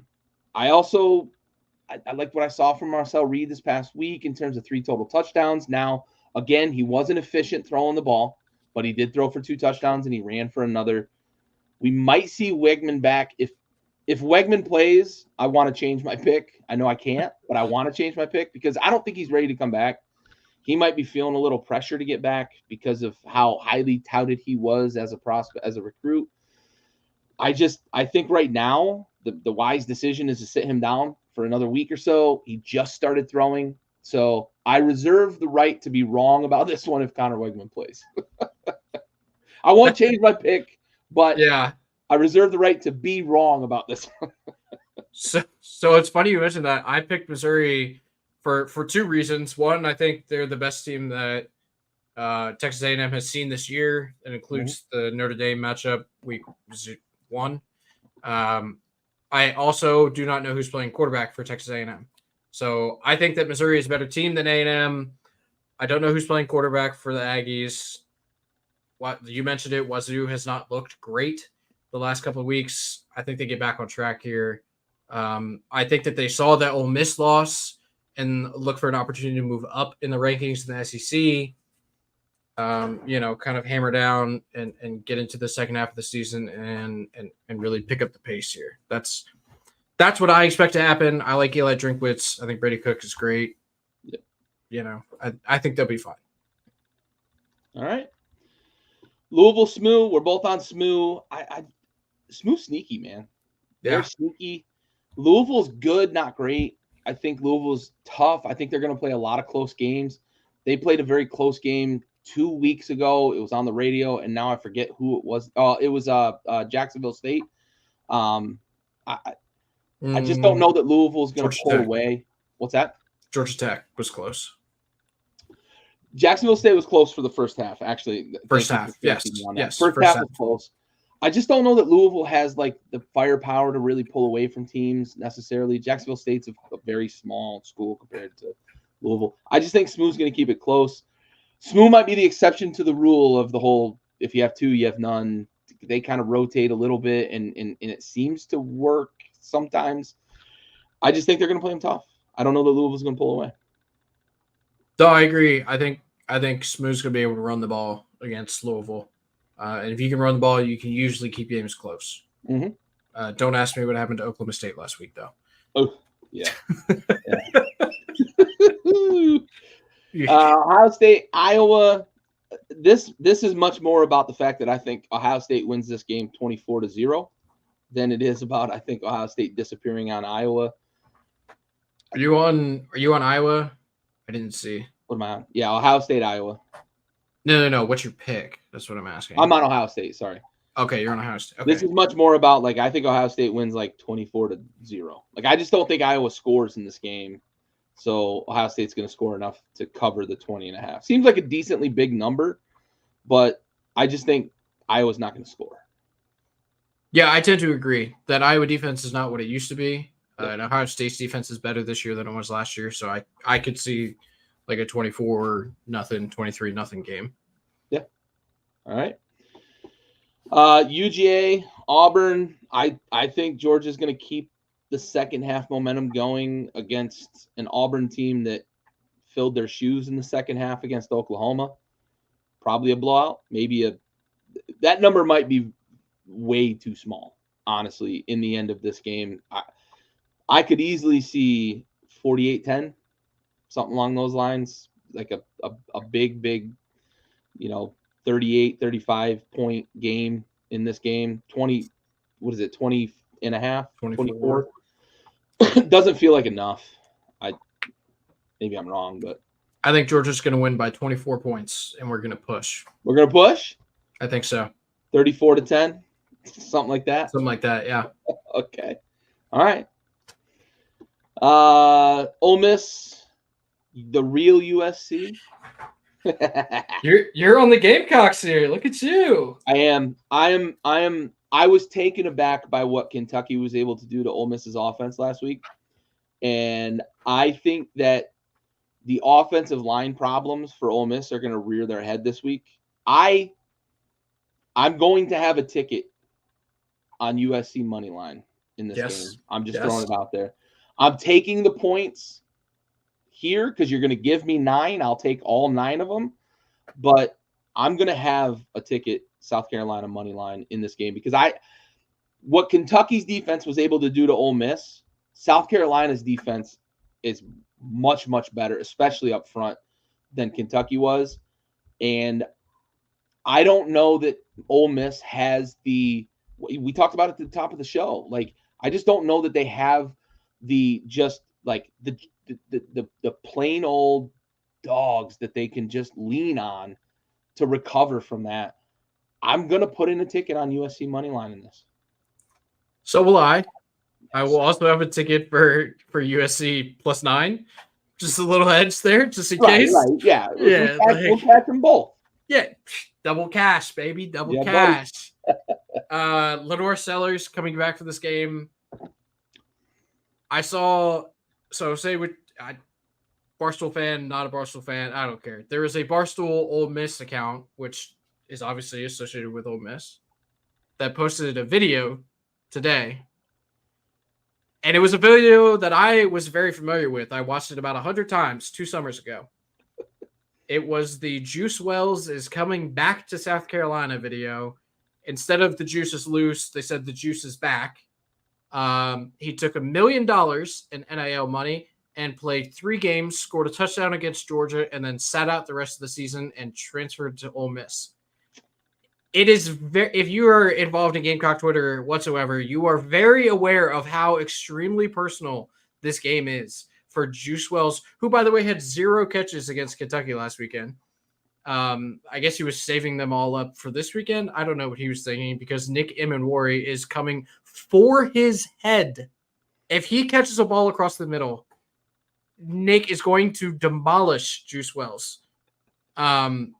A man that I would have given my right ankle to just, a season ago. Regardless. I watched that video and, just seeing the amount of quote tweets that are if it wasn't personal before, it really is now type deal from Carolina, players. I mean, I think ESPN did a disservice to South Carolina by not putting this game on at night. Because there's not a marquee game this weekend, right? If there's a weekend for a wedding, it's this one. So thank God. This could have been a marquee game. This is the calm before the October 12th storm. Yeah, this. Going into last weekend, this was a flexible game. They said anywhere from 3:30 to 8 p.m. kickoff. They landed at the 3:30 time, whatever. I think that has to do with South Carolina getting screwed out of that win against LSU because they would have been ranked. It would have been 2 ranked opponents. Losing to Kentucky too. Well, no, they set the kickoff time before last weekend's games. We knew right, they did. I thought it was. Yeah. You're right. I thought it was later. You're right. But either way, think about it, right? A top 10 ranked team in the preseason, now with 1 loss at Ole Miss, going against an undefeated South Carolina team, which would have been ranked, coming off a big win against Akron, then a bye, hosting a night game. That would have been a marquee game. The college football world would have learned about Kyle Kennard, Tonka Hemingway, TJ Sanders, and Dylan Stewart. That would have been their coming out party, right, in national television. They also kind of saved Ole Miss by not doing that because, boy, let me tell you what, Willie B would have been shaking to its fucking core that night with the amount of people coming back to boo Juice Wells as soon as he comes on that field. So I'm with you. The South Carolina defensive line, I've said it over and over and over again on this show. People will realize they're the best pass rush unit in the country. Kyle Kennard, our Georgia Tech transfer senior, he leads the country in sacks. leads the country in sacks, and Dylan Stewart is the number 1 rated pass rushing true freshman in the country. Like, and then you throw Talker Hemingway and TJ Sanders in the middle. Like they are the best defensive line in the country. And you talked about the offensive line struggles that Ole Miss had against Kentucky last week. Well, we saw what South Carolina did to that Kentucky offensive line. Think what they're going to do to this Ole Miss offensive line. Like, I'm so upset that I'm not going to be able to watch this game live. Like, it makes me ick, dude. But I'm so excited for it, though. I think that Carolina is a live dog. I think with Lenore Sellers coming back, they're going to have enough offense to be able to, even if it gets up into like the high 20s, I think they'll have enough offense to hang with an Ole Miss team. So Ole Miss defense does have holes in it. We watched not Tyler Van Doak, the fucking quarterback for Kentucky. He sliced and diced up the secondary of he's the Georgia transfer who couldn't cut it there, whatever. But he kept throwing to Arden Key, who was wide open all day long against an Ole Miss team. I don't imagine a world where Sellers can't do the same thing, and he's even better running the ball than is the Kentucky quarterback, so he could get out and get loose a little bit. I'm very excited. I think Carolina's a live dog. I'm definitely taking them on the points. Whew! I'm excited. Love it. I could go on and on and on. Yeah. Indiana Northwestern feels a little ho-hum. Indiana being ranked is a surprise, but they've been playing good to start the season. Northwestern's just so bad. 14 points. Indiana probably covers. We're both on that side. Bama Vandy, you're on Vandy here. And how much does this have to do with your boy? Diego Pavia? My boy Diego Pavia? My boy, state champion wrestler in high school, my boy Diego Pavia from New Mexico. It doesn't really have that much to do with him. It has to do with Vandy as a whole. I know that he's the engine that makes that motor go, or he's the motor that makes the car go, whatever. The boat. He's the engine that makes the boat go, anchor down. Yeah, also kind of a letdown spot, I would imagine, for Alabama off that emotional. I expect Alabama to win this game. Don't get me wrong. Alabama's going to win the game. But I don't know if it's like a 2-score game, 17-point game, like that wouldn't shock me. Vandy, we talked about it last week and the week before. I think we both said they're not the doormat of the SEC like they have been in the past. They are better. And, you know, my boy Diego Pavia is just a dog. Dude. He's just a dog. Yeah, buddy. My big thing with picking Bama in this one is I think there's been some talking this week, stern discussion about that second half for Bama. I think they're going to be a little more crisp. I think that there's going to be some kind of let's rein this shit in. We were fortunate, fortunate to hold on against Georgia last week. And man, they got a lot of horses there in Bama. I just think this is, I don't know that this is going to be like a 30-40 point blowout, but 23 doesn't feel like enough. Maybe this is like give me like 42-13 or something like that in this game. That's kind of what I feel for this game. But I'm with you 100%. We've talked about it. Vandy is not the doormat of the SEC. I just think Kalen DeBoer and company are going to take them boys aside this week and say, listen, we almost fucked away maybe the best half of football anybody's ever played. Yeah. And nearly gave that lead away. And I think they're gonna kind of let's tighten things up this week. And I think that we're gonna see a little bit of that kind of talent disparity between Bama and Vandy. But I wouldn't be surprised. I'll caveat everything I just said with I wouldn't be surprised if you got this right and Vandy does. It's a 17-point win or something along those lines, because Vandy is not the Vandy of old. They're not the Derek Mason Vanderbilt anymore. Yep. Clemson, Florida State. Clemson's offense is humming a bit, and Florida State stinks. Yeah, I would be more inclined to take Clemson with a larger line if I knew that DJU was playing, but we don't know who's playing for Florida State. The best thing that ever happened to Florida State was that Q next to DJU's status. Yeah. So that's kind of tough for me, but I still think Clemson rolls them. Florida State's bad. Yeah, they're so bad. Utah State, Boise. We talked about this a moment ago. I'm going to give you the floor here. Ashton Jeanty. I mentioned 3 touchdowns for Ashton Jeanty is minus money. Yeah, so Ashton Jeanty has played 3.5 games this year because he got benched, I believe, in week 1 at halftime because they were up so much. Yep. Yeah, he has 13 rushing touchdowns on the season in 3.5 games. Like that doesn't happen in college football 25. Like that doesn't even happen in our online dynasty league. That being said, yeah, Utah State not very good whatsoever. So you pair him up with a conference game in Boise. It's probably gonna be a little chilly. There's gonna be some fall air rolling around up there at elevation. Boise State is just coming in. Their offense is absolutely humming. Madsen has looked pretty good. His 7-2 touchdown to interception ratio. He takes care of the ball. He doesn't turn it over, and he turns around and he puts it in the belly of the best running back in the country. I say that confidently, like as someone who picked Ollie Gordon going into the year to win the Heisman. Or I didn't pick him. I picked Jackson Dart, but like I gave out the early prospect. Ollie had good odds. Yeah, I gave out the very, very early Ollie prospect, but like Ashton Jeanty could win. They could give it to Ashton Jeanty. I wouldn't be upset about it, right? Like, as we stand, there's only 2 guys that it would not really bother me if they won it, and he's one of them. Is he just? My God, is he incredible? He's unbelievable. I'm really curious because we've seen kind of a resurgence of the running back position in the NFL as well. Not to get too far ahead, but golly, could you like he feels like a pretty complete back too. Yeah. Maybe the pass protection, maybe you worry a little bit about pass protection, but man, he's a fucking home run threat anytime you just give him the ball anywhere. Yeah. I saw a mock of him going to Dallas, and I got really upset. Oh, don't do that. Don't.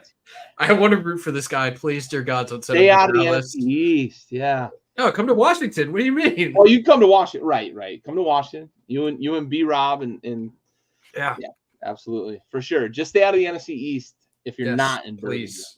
Yeah, for sure. That's how I felt about Neighbors, too. Like, don't go to New York, and then he's in New York.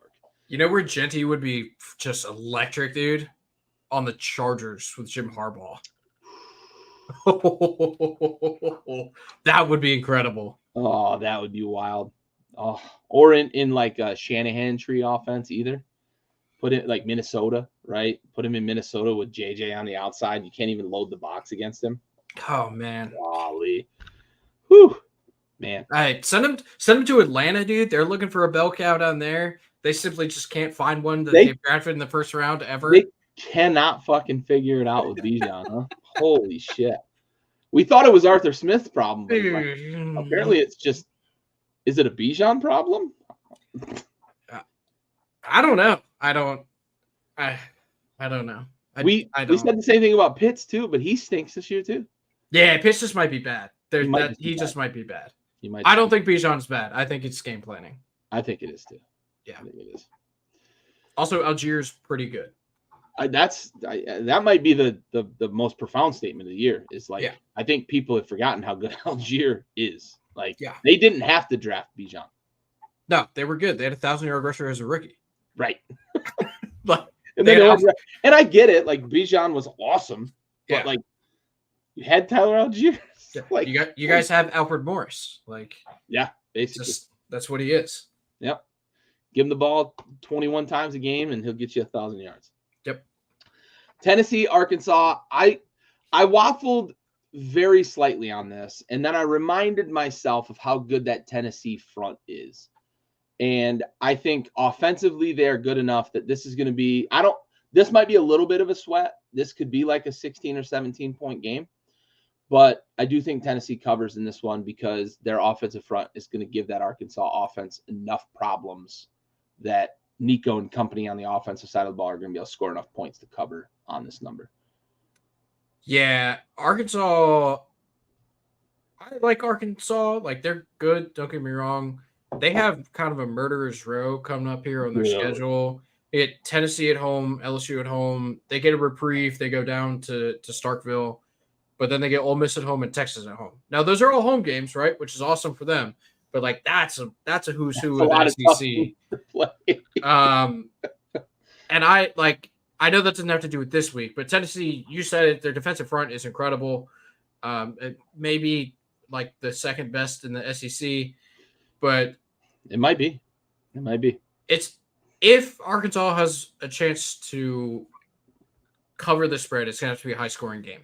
Yeah, that's what got to be a boat race. Yep, yeah, for sure. That's what I think.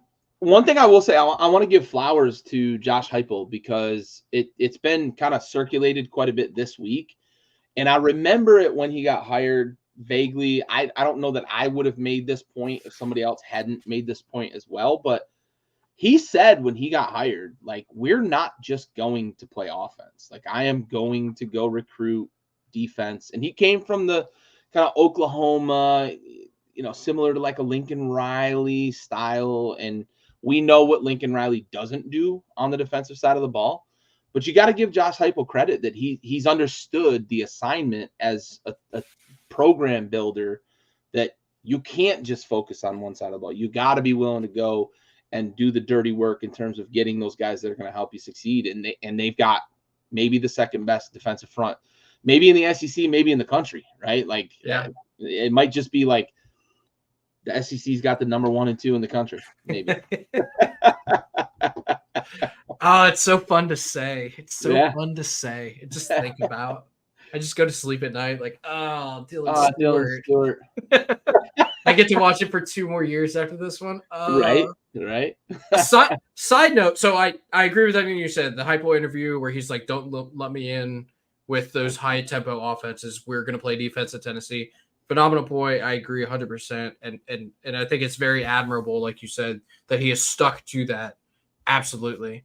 I was going to say something else. Then I lost my train of thought. What the fuck was I about to say? Side note. Oh, Dylan Stewart. We were talking about Dylan Stewart on College Football 25 has a normal development trait, by the way. That's asinine. Normal. That's going to change. That's going to change before next year. A 5-star recruit. Next year's game, that's going to change. I don't. What? Fucking patch that shit after he had 3 sacks and a strip sack in the first 2 games of the year. What are we doing? Now. Patch it now.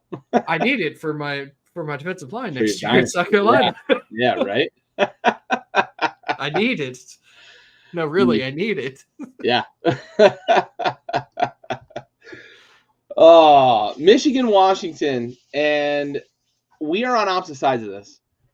I just think Michigan's going to muddy this up, and I watched Washington get bullied by Wazoo. And I think Michigan's going to do similar. Mullins could be close to 200 yards this week.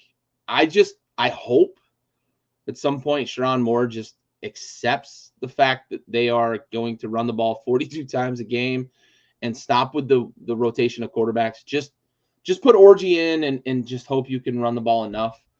I think they're going to dirty it up against Washington. I don't think Washington has the firepower to pull away from Michigan in this game. Jed Fish has got his work cut out for him because that cupboard was pretty bare after the national title run.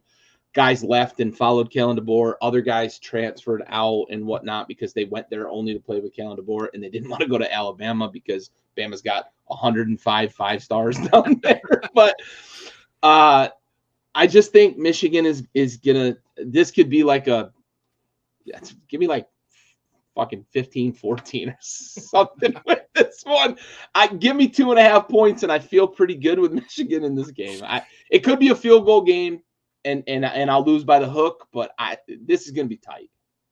One of us is going to lose with a hook. That's how this is going to go, because it always does. I went with Washington. One, they're at home. Yeah. Washington allows 12.4 points a game so far this year. I don't know that Michigan is going to get to 12. When you can just stack the box on every single play, and we talked about how Michigan's offensive line is not as good as it was last season. Right.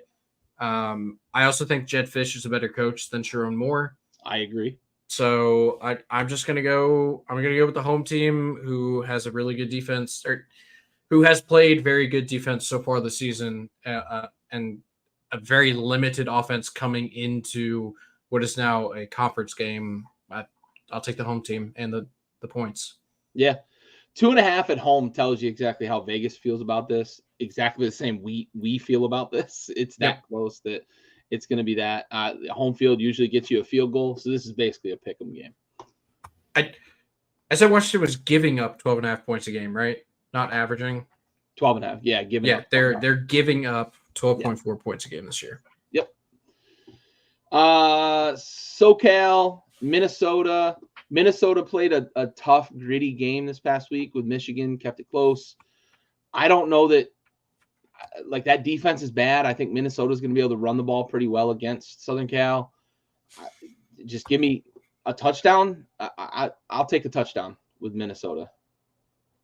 Yeah. I think it's clash of styles. Like Minnesota's got that big offensive line we've talked about. I think that's what we're going to see. Yeah, I like Minnesota as well. We talked, same thing when we talked about last week's games in the early portion. It clash of styles. You said it. They're Southern Cal's in the wrong conference, dude. They just are. Yep. Yeah. If they're not willing to recruit, it's never gonna change. But 2 years, 3 years, maybe they can get some bigger hosses in there. But man, it really is a super clash of styles. Yeah, I don't know if they even understand the phrase corn-fed in the state of California. No. Well, except for Josh Allen, he's the exception. Oh yeah. Northern California. Yeah, very different. Baylor goes into Ames. Iowa State's giving up 11.5. Iowa State's sneaky good, man. Like, I don't know if they were on your radar to start the year. They weren't necessarily on mine. I thought they were going to finish kind of mid-pack Big 12. They're pretty good. They're probably going to be in this thing for a Big 12 title at the end of the season. They're going to be in the top 3, maybe, in competing for a potential title. And I just think I don't think they're going to blow Baylor out. Give me a 13-point win. I'll lay the 11.5. So I can tell you exactly when Iowa State came onto my radar, and it was last year it was November 25th of last year. They played K-State. Okay. And it was that crazy like Armageddon Blizzard snow game, right? Yeah. And like both teams were just running the ball like crazy up and down the field. And Sama was the running back for Iowa State that day, and he had a crazy afternoon. And so that's when I knew that they were going to be able to play smash mouth football in just about any type of conditioning. And so I knew that they were going to be really good running the ball coming into this year. They're probably a little bit better than I expected. But yeah, I like Iowa State in this game. We said a lot of good things about Baylor earlier. I'm going to immediately backtrack and say all the negative things about Baylor, especially after they lose this game. So just know I'm here to flip-flop, gentlemen. Love it. Then Miami Cal, I just think Miami's going to wake up after the scare last week and 10. I don't care that they're going out to the other coast. I probably an alternate line. I might lay as much as like 20.5. I think this is a 3-touchdown game. I agree with you. Yeah, big time. They're playing on Saturday again, which is really where Miami thrives. Mostly Saturday nights after the football games, but also playing football on Saturdays. Yeah, for sure. All right, bud. Well, hey, tradition. What do we got off the board for week 6? Oh, man. All right, I have it up in front of me. I'm going to throw a dart here and see what I can come up with. Tulane UAB. That should be very fun. I just like Tulane, best kids. UAB also fire uniforms, so that could be a really good uniform matchup if you're looking for something at 1 o'clock in the afternoon. Tulane laying 15, so it could be a tough one to cover. We get a Service Academy matchup. We get Navy, who's very good at Air Force, so that could be a lot of fun. I gotta be honest with you, dude. Like the slate this weekend is not. It's not great. Not great. We get Texas Tech, Arizona. That's the 11 o'clock kickoff game. That might be the most fun game of the weekend if you're not like a South Carolina fan. Yeah. Because that is a game that should have points, unless Texas Tech's offense doesn't come to play because it's in Tucson. But that should be a lot of fun. Arizona only laying 6 at home. that might be an interesting line if you think that Arizona is for real after after the Utah win last week. I may invest in that one potentially. I'm sorry to Brandon. I know our resident Texas Tech fan. Guns up, baby, guns up. Shout out Mike Leach and them boys. Yeah. We also have an in-state game. UCF looking to bounce back in the swamp. That could be interesting. UCF laying 2.5 on the road. There's not a ton of compelling college football this weekend, which means that there's going to be like 15 really fucking exciting games. There might be 3 top 10 upsets this week because that's usually what happens on these weird slates. Yeah. Who do we think is Navy, our top? Maybe 4-0? What? What are we Navy's doing? Good, dude. Navy's really good. So is Army. Yeah. Army is good too. Army's in a conference. Yeah. Yeah. Wait, okay, let's see. Who do we think your top 10 upsets are? Ooh, I just threw that out there because that's usually what happens in these. Yeah. Games. That's actually I'll put a stamp on it. Let's take a look. So you're Georgia at Auburn or Georgia at home. Okay. I'll give you one. Missouri. I took Texas A&M laying the points. Okay, so Missouri could lose. There's one. The problem is you don't have a whole lot of top 10 teams playing. No, there's only 5, 6. Well, Michigan's top 10. They could lose to Washington. Is Michigan top 10? Are they? Yeah, still? they're number 10. Oh, they are. Okay. Yeah. So that could be 2. That could be 2. And then I think your best bet, truthfully, I think your best bet is Alabama laying an egg at Vandy. That's tough. Because I don't think Ohio State loses to Iowa. No. Penn State, maybe. Lose to Auburn. Maybe it's Penn State. What's more? Well, I can tell you what they think is more probable, actually. Just according to Vegas, as I pull this up. Let's see. I'll give you the other one, and we just gave them their flowers, but Tennessee going down to Arkansas, maybe. Yeah, maybe. That's the other one. All right, so Bama is minus. Bama losing to Vandy. Okay, so Tennessee definitely has the shortest odds. Okay, they're minus 550. Penn State's minus 4,500, and Bama's minus 2,000. So yeah, so give me if we're gonna see 3, I'll put a stamp on Mizzou. I'll put a stamp on Tennessee, and I'll put a stamp on Michigan. Yeah. Okay. If we're gonna see 3. And that would be exciting. I would personally I don't think it's gonna happen. I just threw that out there as like these weekends are the weird weekends. But those are the 3. If we're gonna see 3, I'll put my stamp on those 3. If you want to expand it to top 15, Florida State could beat Clemson. DJU revenge game at home. Just don't have them throw the ball at all. Yeah, no, of course not. Don't do that. Don't ever ask him to throw the ball. Don't ever ask him to do anything on a football field. Just don't give him a football. Oh, he might be the GOAT if football didn't involve a ball. Right. If it was just like walking off the bus. Right. He looks one of the best. Hard. Yeah. He looks the part no matter what. But, yeah. I know someone who calls it the airport test. When you're sitting in the airport and the team walks by, you're like, oh, yeah. That's a good football. Yeah. Yeah. Got it. I'll go back home. Yeah. Well, hey, buddy. Good episode. Appreciate you. Yeah. Listen, you've got it in your caption. Today is the last day that we are without football until after Thanksgiving. Yep. 57 straight days of football, whether it's college or NFL, between now and the end of November. It's exciting. We've got action every week, every day. It's unbelievable. What a great time to be alive. For those who are not aware of what happens on Tuesday and Wednesday nights, we have this lovely American tradition called Maction. Maction, baby. Gary and I talked about Vanderbilt and my boy Diego Pavia, who played in Maction on Tuesdays and Wednesday nights last year. So if you're looking for some fun and entertaining football to fill out your week, tune in to Maction on Tuesdays and Wednesdays. Yeah, buddy. All right. Well, for Bentley and the rest of us here at Backyard Sports, this has been another episode of Tailgate Trash Talk. We are